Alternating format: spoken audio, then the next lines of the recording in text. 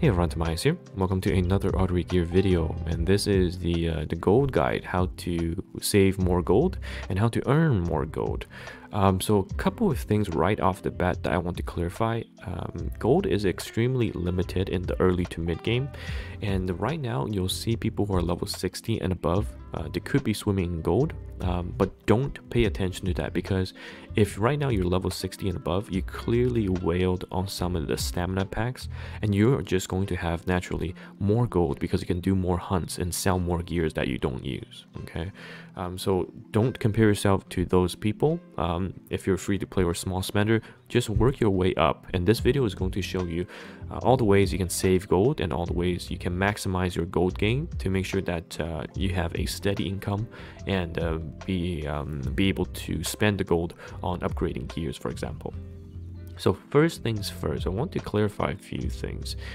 Previously, I made a video, I believe, about upgrading fleet. Okay, so I did a few Excel quick maths because you know, my math was wrong in the previous video. So let's just take a look at the fleet system, and I upgraded this to level 4 so I can see the maximum upgrade to let you guys see the effect, so you don't have to commit. All right, so this is max level upgrade. Your storage increases from 1400 to 1600, and gold acquiring efficiency goes from 1 gold every 7 seconds to 1 gold in every 6 seconds. Okay, and if we look at the quick math here, so your output goes from 7 seconds outputting 1 to 6 outputting 1. So the difference in 60 seconds, I just times this by 60, is this.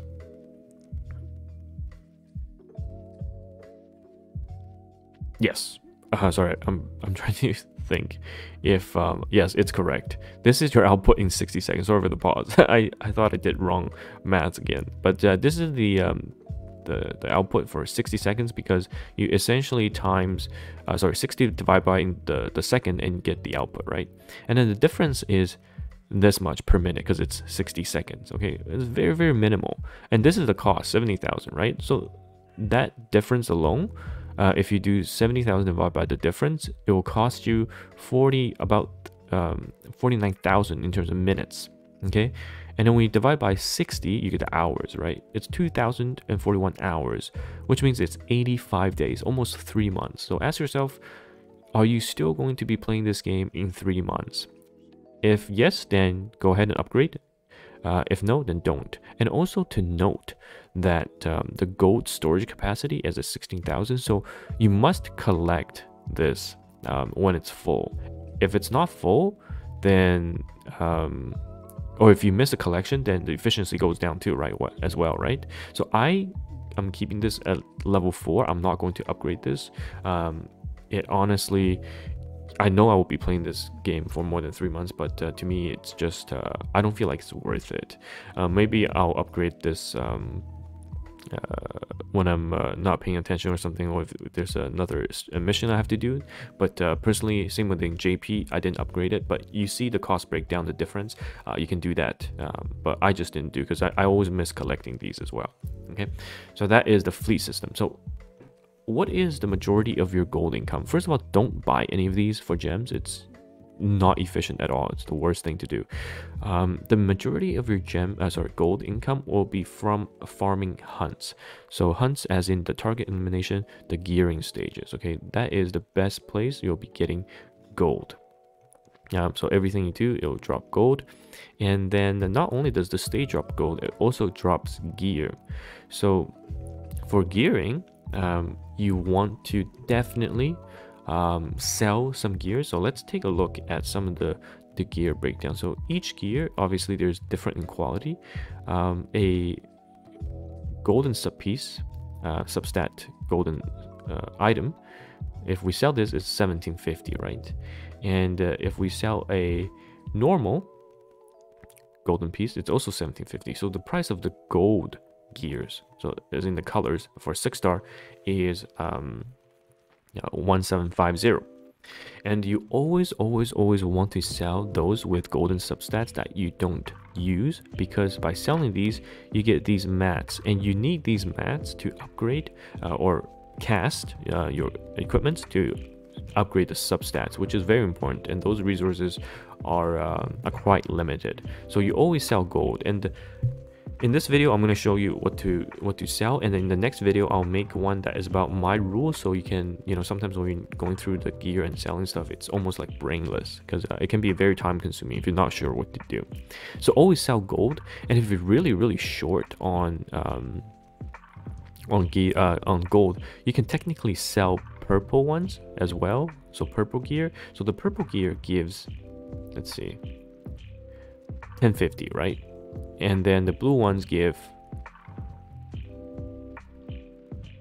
750. So one purple, one blue adds up to 1 gold.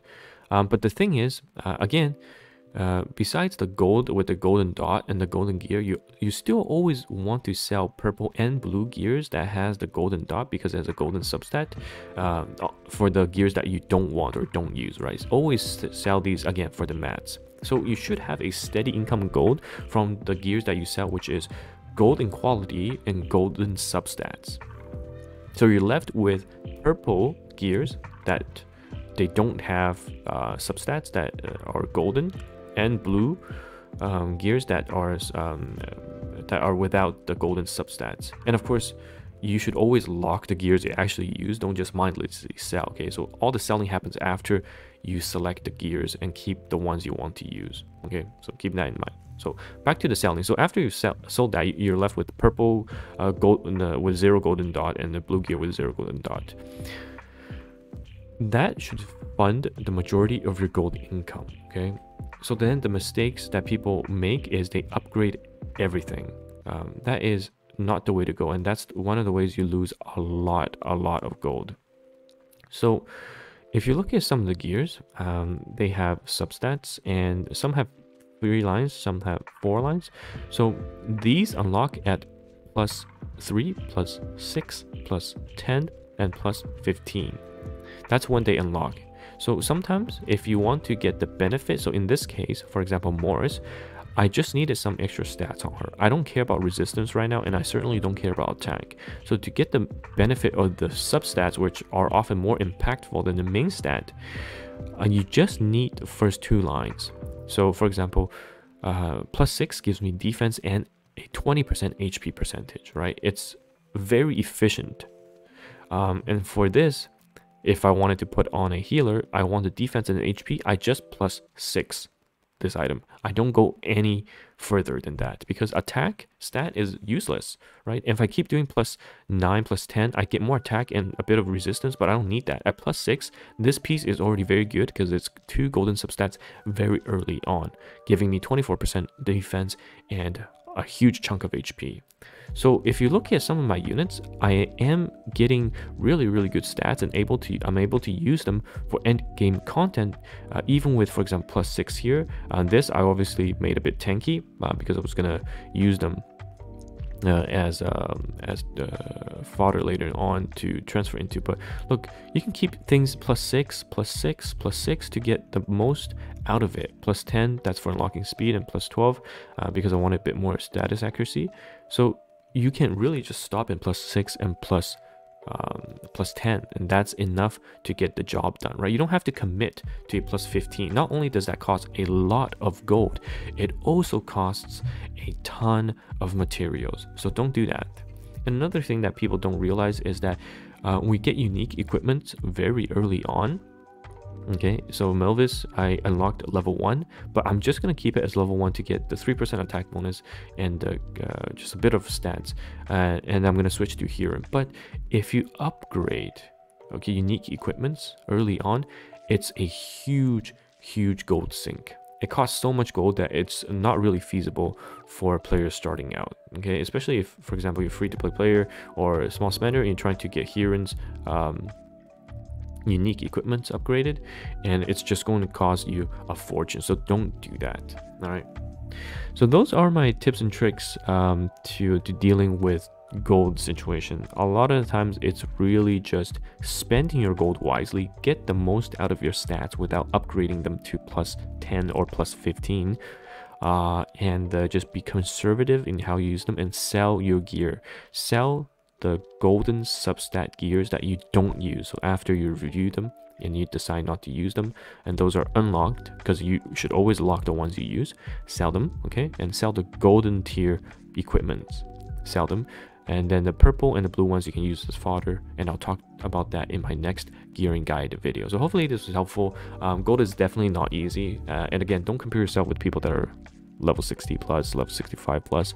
They've been buying stamina packs. I have been buying non-stop on this account.